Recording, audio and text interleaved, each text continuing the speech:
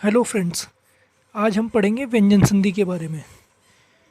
व्यंजन संधि के बारे में सामान्य ज्ञान के तो आपको पता ही होगा कि जब किसी व्यंजन का किसी व्यंजन या स्वर के साथ मेल हो तो इस प्रकार से जो संधि होती है वो व्यंजन संधि कहलाती है। और व्यंजन संधि अनेक प्रकार की होती है, जिसमें हम सबसे पहले देखते हैं चर्त्व संधि। तो चर्त्व संधि का सूत्र है खरी च।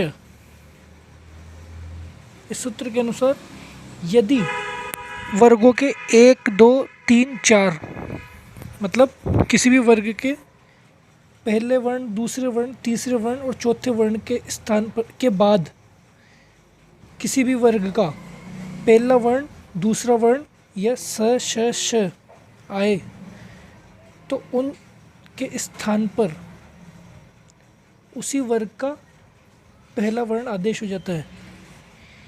यानी कि देखा जाए तो 1, 2, 3, 4 के बाद में 1, 2 ये सभी प्रकार के श आए तो इनके स्थान पर इसी वर्ग का पहला वर्ण आदेश हो जाता है। तो इसे चर्त्व संधि कहते हैं। एक उदाहरण से इसे समझेंगे, जैसे कि उदाहरण ले हम शरद कालम, यानी कि शरद प्लस कालम। तो शरद में द ये तीसरा वर्ण है, तीसरे वर्ण के बाद में ये पहला वर्ण आ रहा है। तो जैसा कि हमने कहा कि 1, 2, 3, 4 के बाद में पहला या दूसरा वर्ण आए तो इन 1, 2, 3, 4 के स्थान पर पहला वर्ण हो जाता है। तो इसलिए ये तीसरे के स्थान पर पहला वर्ण, यानी कि ये त वर्ग का द है, इसलिए ये द के स्थान पर त हो जाएगा। तो ये बन जाएगा शरद कालम। संधि होकर के ये बन जाएगा शरद कालम। इसी प्रकार से अगली संधि देखते हैं जशत्व संधि। इसका सूत्र है झलाम जशोयन्ते, अर्थात पद के अंत में 1, 2, 3, 4 के बाद किसी वर्ग का 3, 4, 5 या हय वर ल स्वर हो तो उन 1, 2, 3, 4 के स्थान पर तृतीय वर्ण आदेश हो जाता है। अब चर्त्व संधि में तो क्या कर रहे थे कि 1, 2, 3, 4 के बाद में पहला या दूसरा हो, जबकि जशत्व संधि में क्या करेंगे, बाकी बचे हुए सब तीसरा, चौथा, पांचवा। अब स इसमें आ गए थे तो इसमें हय वर ल और स्वर, हय वर ल और स्वर ये सब बाकी बचे हुए इसमें आ जाएंगे। तो जो चर्त्व में नहीं आया वो सारा जशत्व में आ गया। लेकिन इसमें एक शर्त रखी गई है कि पद के अंत में, पद का अंत मतलब पदांत, यानी कि एक सार्थक शब्द बने तब तो ये नियम काम करेगा। 3, 4, 5 और ये हय वर ल और स्वर सभी के लिए काम करेगा, तब तो ये नियम। अगर पदांत नहीं हो, पदांत नहीं हो तो ये नियम केवल तीसरे और चौथे वर्ण के लिए काम करेगा। मतलब तीसरा चौथा वर्ण आए तब तो ये हमेशा काम करेगा, लेकिन पांचवें वर्ण हय वर ल और स्वर इन पे तभी काम करेगा जबकि पदांत हो। और पदांत से मतलब होता है एक सार्थक शब्द। जैसे एक उदाहरण है कि जैसे सत प्लस भ्याम, तो यहाँ ये केवल भ्याम का कोई अर्थ नहीं निकलता, कोई सार्थक शब्द नहीं है, इसलिए इसको पद का अंत नहीं मानेंगे। लेकिन ये भ क्या है, चौथा वर्ण है, तो चौथे वर्ण पे तो पदांत नहीं हो तो भी ये नियम काम करता है, इसलिए चौथे वर्ण के स्थान पर तीसरा वर्ण आदेश हो जाएगा। इस प्रकार से ये जशत्व संधि हुई। इसके बाद में देखते हैं अनुनासिक संधि। अनुनासिक संधि के लिए यदि पद के अंत में वर्ग के पहला, दूसरा, तीसरा और चौथा वर्ण के बाद पंचम वर्ण आए, किसी भी वर्ग का पंचम वर्ण आए तो जो वर्ग का जो वर्ण आया था, जिस वर्ग का, उसी वर्ग का पंचम वर्ण हो जाएगा। देखें इसको एक बार कि वर्ग के अंत में 1, 2, 3, 4 के स्थान पर उसी वर्ग का पंचम वर्ण आदेश हो जाएगा। यदि आगे पंचम वर्ण आए तो। और ये चीज़ होगी विकल्प से। विकल्प से का तात्पर्य है कि ये एक बार तो ये पंचम वर्ण हो जाएगा और एक बार यहाँ पे जशत्व संधि भी कार्य करेगी। अगर जशत्व संधि लग रही है तो जशत्व संधि कब लगेगी, जबकि ये पदांत हो, यानी कि एक सार्थक शब्द हो, तब तो जशत्व भी लगेगी और अनुनासिक भी लगेगी दोनों। जैसे कि उदाहरण देखते हैं, जगत प्लस नाथ। तो जगत प्लस नाथ में 1 2 3 4 के बाद, यानी कि ये पहला वर्ण आ गया, 1 2 3 4 नियम को पालन कर रहा है। इसके बाद में पांचवा वर्ण है, तो ये पांचवा, ये पहला आ गया, ये पांचवा आ गया, पांचवा वर्ण है, तो इसी वर्ग का पांचवा वर्ण हो जाएगा। यानी कि त वर्ग का पांचवा वर्ण, वही त वर्ग का पांचवा वर्ण नहीं होता है, तो ये पांचवा वर्ण हो जाएगा। तो इसलिए जगत का जगन हो जाएगा और जगन्नाथ, इससे ये बन गया जगन्नाथ। जबकि नाथ एक सार्थक शब्द है, जगत भी एक सार्थक शब्द है, इसलिए इसमें पदांत वाला नियम लगेगा और जशत्व संधि का भी पालन हो रहा है। तो जशत्व संधि के अनुसार इसमें इसी वर्ग का 1 2 3 4 के स्थान पर तीसरा वर्ग आदेश हो जाएगा, तीसरा वर्ण। तो त थ द आदेश हो जाएगा, इसलिए इसका जगत प्लस नाथ, जगन्नाथ भी बनेगा। इसी प्रकार से आगे देखेंगे, दिक प्लस नाथ। दिक प्लस नाग में देखेंगे तो अगर अनुनासिक संधि करें तो ये पहले वर्ण के बाद में ये पांचवा वर्ण आ रहा है, तो इसलिए पहले वर्ण के स्थान पर इसी वर्ग का पांचवा वर्ण यानी कि ग वर्ण आदेश हो जाएगा। तो इसलिए ये बन जाएगा दिंग नाग। ठीक है, तो ये अनुनासिक संधि के अनुसार कार्य हुआ। अब विकल्प से इसमें जशत्व संधि भी बन रही है, इसलिए पहले वर्ण के स्थान पर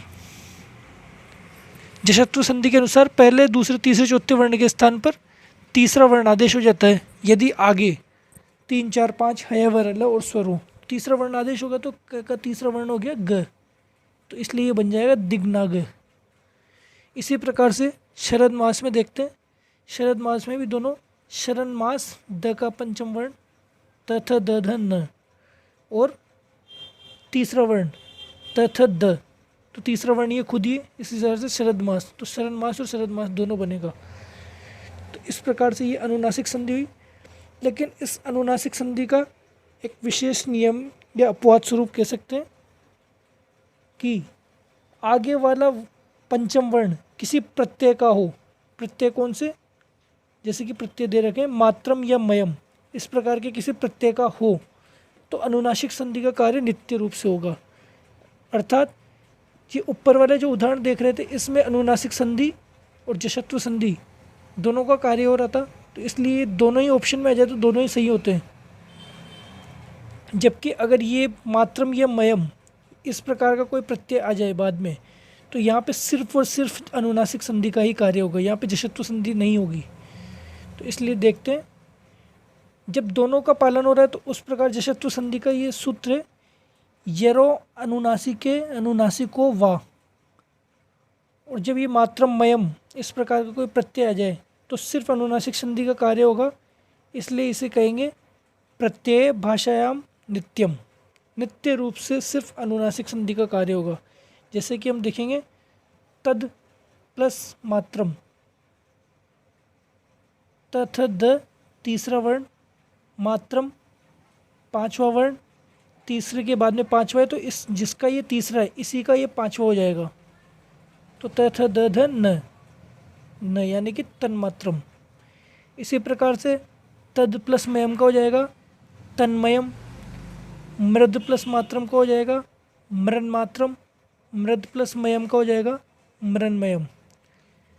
अब इन तीनों संधियों को एक बार शॉर्ट रूप में देखते हैं। चत्व संधि क्या है, खरी च, पहले दूसरे तीसरे चौथे वर्ण के बाद में पहला दूसरा या स श श ये वर्ण आए तो पहले दूसरे तीसरे चौथे के स्थान पर पहला वर्ण हो जाएगा। इसका उदाहरण है सत प्लस पुत्र, पहले के बाद में पहला आ रहा है, यहाँ पे वैसे भी पहला दिया हुआ है और ऐसे भी पहला ही होगा, इसलिए सतपुत्र ही बनेगा। ये हो गया चर्त। जशत्व में क्या है, पहले दूसरे तीसरे चौथे के बाद में तीसरा चौथा है। ये तो तीसरा चौथा आने पे तो हमेशा तीसरा ही बनेगा यहाँ पे।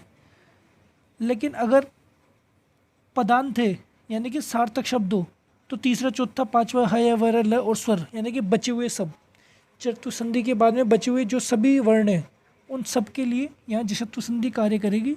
इसे बोलते हैं झिलाम जशोयंते, इसका सूत्र है झिलाम जशोयंते। तो इन सभी के लिए तीसरा वर्ण बन जाएगा। जैसे कि सत प्लस आचार्य, त पहला वर्ण है, यहाँ पे आ स्वर है तो यहाँ पे तीसरा वर्ण हो जाएगा। तीसरा वर्ण तो त थ द तो सदाचार है। इसी प्रकार से सत प्लस भ्याम, तो ये पहला वर्ण है, ये चौथा वर्ण है, तो यहाँ पे पहले के बाद चौथा आ रहा है इसलिए ये तीसरा हो जाएगा। तो तीसरा यानी कि सद्भ्याम। इसी प्रकार से अनुनासिक संधि में 1 2 3 4 के बाद पांचवा वर्ण आए तो यहाँ पे पांचवा वर्ण हो जाएगा पर विकल्प से होगा, यानी कि पांचवा तो होगा ही होगा लेकिन ये पूर्व रूप में जो जशत्व संधि का कार्य हो रहा था तीसरा वर्ण हो रहा था, ये दोनों नियम यहाँ पे काम करेंगे। जैसे सत प्लस मति का सन्मति और सदमति दोनों बनेंगे। लेकिन ये नियम सिर्फ एक रूप में अपवाद स्वरूप है, इसमें मात्र मय इस प्रकार के कोई प्रत्यय होंगे तब ये सिर्फ पांचवा ही होगा नित्य रूप से। प्रत्यय भाषायाम नित्यम, यानी कि तद प्लस मात्रम हुआ तो यहाँ पे सिर्फ तन्मात्रम ही बनेगा। तीसरा वर्ण यानी कि जशत्व संधि यहाँ कार्य नहीं करेगी। तो एक लाइन में अगर इनको देखें तो पहले दूसरे तीसरे चौथे के बाद में पहला दूसरा हो तो यहाँ पे पहला वर्ण हो जाएगा, तीसरा चौथा हो तो तीसरा वर्ण हो जाएगा और पांचवा हो तो पांचवा वर्ण हो जाएगा। और यदि तीसरा चौथा पांचवा है वरल स्वर सभी हो लेकिन पदांत हो तब भी ये तीसरा होगा। तो इस प्रकार से पांचवा होने पर पदांत होगा तो तीसरा और पांचवा दोनों होगा। तो ये एक चतु में 1, जस्तु में 3 और अनुनासिक में 5वां वर्ण होगा। ये इनकी पहचान है। कहीं पे भी जब संधि का नाम पूछे, उदाहरण दिया हुआ हो, अगर बीच में पहला वर्ण है जैसे कि सतपुत्र दिख रहा है, सतपुत्र है पहला वर्ण है तो चर्तु संधि। सदाचार या सद्भ्याम तीसरा वर्ण है तो जशत्व संधि। और 5वां वर्ण जैसे तन्मात्रम या सन्मति 5वां वर्ण हो तो अनुनासिक संधि। तो चर्तु जशत्व अनुनासिक संधि इनके नाम सीधे सीधे देख करके दिए जा सकते हैं। इनको याद रखने का भी एक छोटी सी ट्रिक है कि जैसे चर्तु में च ये पहला वर्ण है तो इसलिए जहाँ पे पहला वर्ण आएगा वो चर्तु संधि होगी। और जशत्व का ज ये तीसरा वर्ण है तो इसलिए जहाँ पे तीसरा वर्ण आएगा वो जशत्व संधि होगी। तो ये इनके अब कुछ उदाहरण देख लेते हैं हम। जैसे कि सत प्लस पुत्र,